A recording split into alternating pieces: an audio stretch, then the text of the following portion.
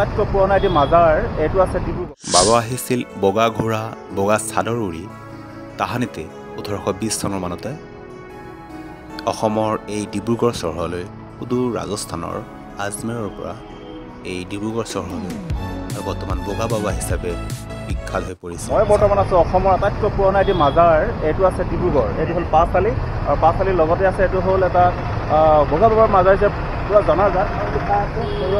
ৰৌচন আলি চিস্তিয়া বগা বাবাৰ মাজাৰ।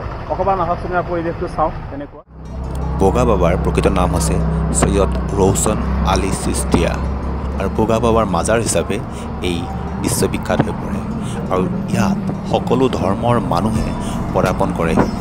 সঁচাই এই ৰমজানৰ সময় এই ৰামাজানৰ সময় ইয়াত পদাৰ্পণ কৰাৰ সময়ত খুবেই মনটো ভাল লাগি যায়। আৰু চাওক ইয়াৰ পৰিৱেশ, ইয়াৰ আধ্যাত্মিক পৰিৱেশ। আহকচোন অকণমান কথা জানো, ইয়াৰ পৰিৱেশটো চাওঁ।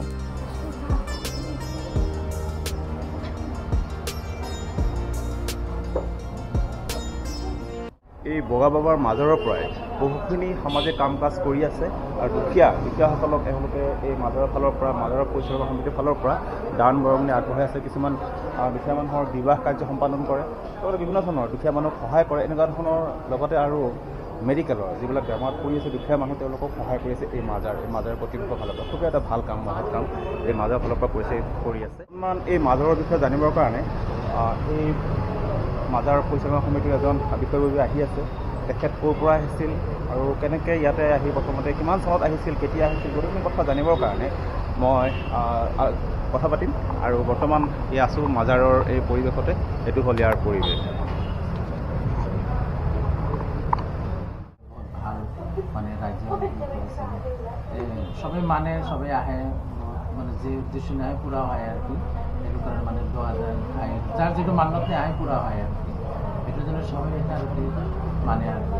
এটা বহুত দূৰৰ পৰা মানুহ আহে, বহুত দূৰৰ পৰা আহে। এনে শদিয়া ধুবুৰী সব জায়গা থেকে আছে, তিনিচুকীয়া ডিব্ৰুগড় সব জায়গাৰ মানুহ আহে ইয়াত। মই আজি বহু বছৰ আগতে শুনিছিলোঁ, আজি ভালে লাগিল যিখনক। আৰু আপোনালোকৰ পৰিচালনাত ধুনীয়াকৈ মাজাৰটো চলি আছে।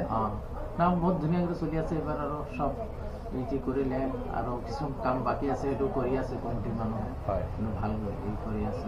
কোনো মাজাৰত ধৰ্মীয় কাম কাজৰ উপৰি আৰু তেনেকুৱা কি এই ধৰণে এনে গৰীব দুখীয়া মানুহৰ আছে, সামাজিক কাম কাজো কৰি আছে। যাম ধৰ মেডিকেল চেডিকেল সব আছে ইয়াতে, মানে বিয়া বগানো ইয়াতে কৰি দিছে। মানে দুখীয়া মানুহ ভাল কৰি দিছে। খুবেই এটা ভাল লগা কথা আৰু ভাল লাগিলে, ধন্যবাদ। এই বগা বাবাৰ মাজাৰ চাবলৈ আপোনালোকে আহিব লাগিব ডিব্ৰুগড়লৈ। আৰু ডিব্ৰুগড়ৰ এইখিনিতে আছে পাঁচআলি। এইটো হ'ল পাঁচআলি বুলি কয়। পাঁচআলিৰ কাষতেই আছে এই মাজাৰটো। আপোনালোকে আহিলে দেখিব সুউচ্চ, বহুত পুৰণি এটা মাজাৰ। আৰু এই মাজাৰৰ পৰাই নিজৰ মনোকামনা পূৰণৰ অৰ্থে বিভিন্ন ঠাইৰ পৰা বিভিন্ন মানুহ প্ৰতিদিনে ইয়াতে সমাগম হয়, বিভিন্ন ভক্তৰ সমাগম হয়। আৰু দেখিছে ওচৰতে এই ব্যস্ত পাঁচআলিৰ লগতে এওঁলোক আহিছে বহুত দূৰৰ পৰা দেখিছোঁ গাড়ী কিছুমান, অসমৰ বিভিন্ন ঠাইৰ পৰা অহা গাড়ী কিছুমান দেখিছোঁ আহি মাজৰতে তেওঁলোকৰ মনোকামনাৰ পূৰণৰ অৰ্থে ইয়াতে আহি সমাবেত হয়।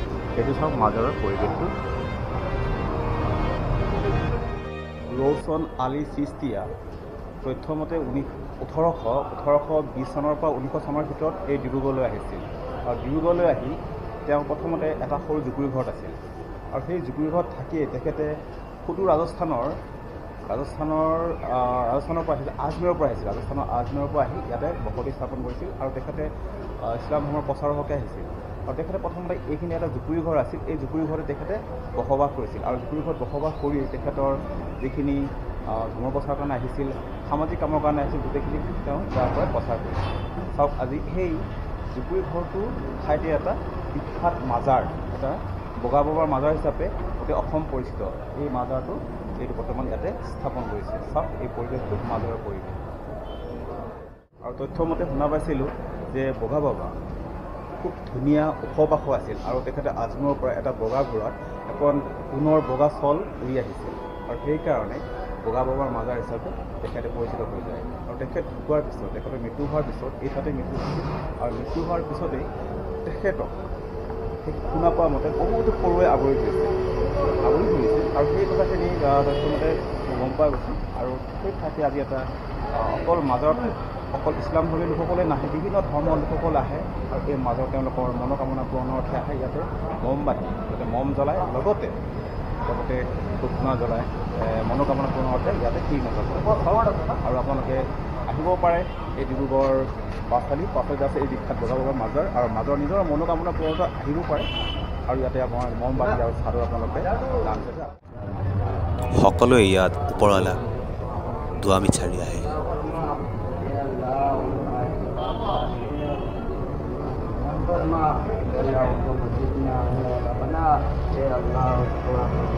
এয়া হ'ল সেই সমাধি, বগা বাবাৰ সমাধি, আৰু ইয়াতে এটা জুপুৰি ঘৰ আছিল আৰু জুপুৰি ঘৰতেই বৰ্তমান এনেকৈ সমাধি সুন্দৰকৈ কবৰ, আৰু ইয়াতে সকলো আহে পদাৰ্পণ কৰে।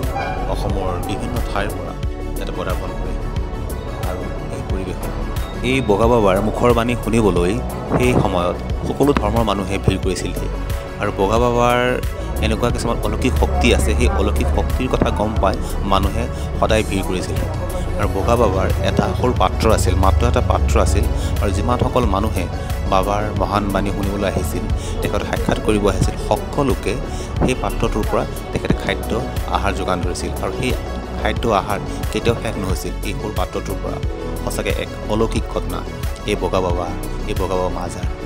আৰু আহক আপোনালোকক বগা বাবাৰ এই মাজাৰলৈ আহিব পাৰে। এক সকলো ধৰ্মৰ সৰ্বধৰ্মৰ মানুহে ভিৰ কৰেহি, আৰু ময়ো ভিৰ কৰিলোঁ, ভাল লাগে। এই মাজাৰ কিমান পুৰণা এটি মাজাৰ, আৰু ইয়াত চনটো লিখা আছে 1820 চনৰ পৰা 1900 চনমানৰ ভিতৰতে এই মাজাৰটো নিৰ্মাণ কৰা হৈছিল। আৰু এই বগা বাবাই সেইখিনি সময়ত সকলো ধৰ্মৰ মানুহক সমান দৃষ্টিৰে চাইছিল, সমান চকুৰে চাইছিল। বাবাৰ বিষয়ে অকণমান জানেনে? বাবাৰ বিষয়েতো আমি নাজানোতো, কিন্তু জানো এটি বাবালে ইয়াত আহি পেলাই বহিছিল। হয়, আজি 122 বছৰ হৈ গৈছে বাবা। 100 বেছি হ'ব, বেছি হ'ব, 130-140 বছৰমান হৈ যাব। এই ইয়াত যেনেকৈ লিখা আছে লিখাটো পিছত হৈছে আগতে বহিছে আগতে। তোমালোকৰ ঘৰ ইয়াতে?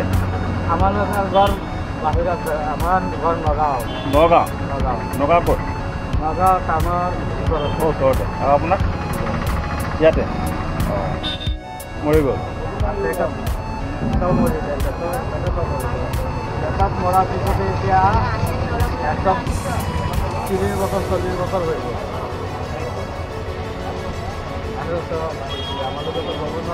আমালোকে ইয়াত আহিছে যে 15-20 বছৰ ধৰি থাকে।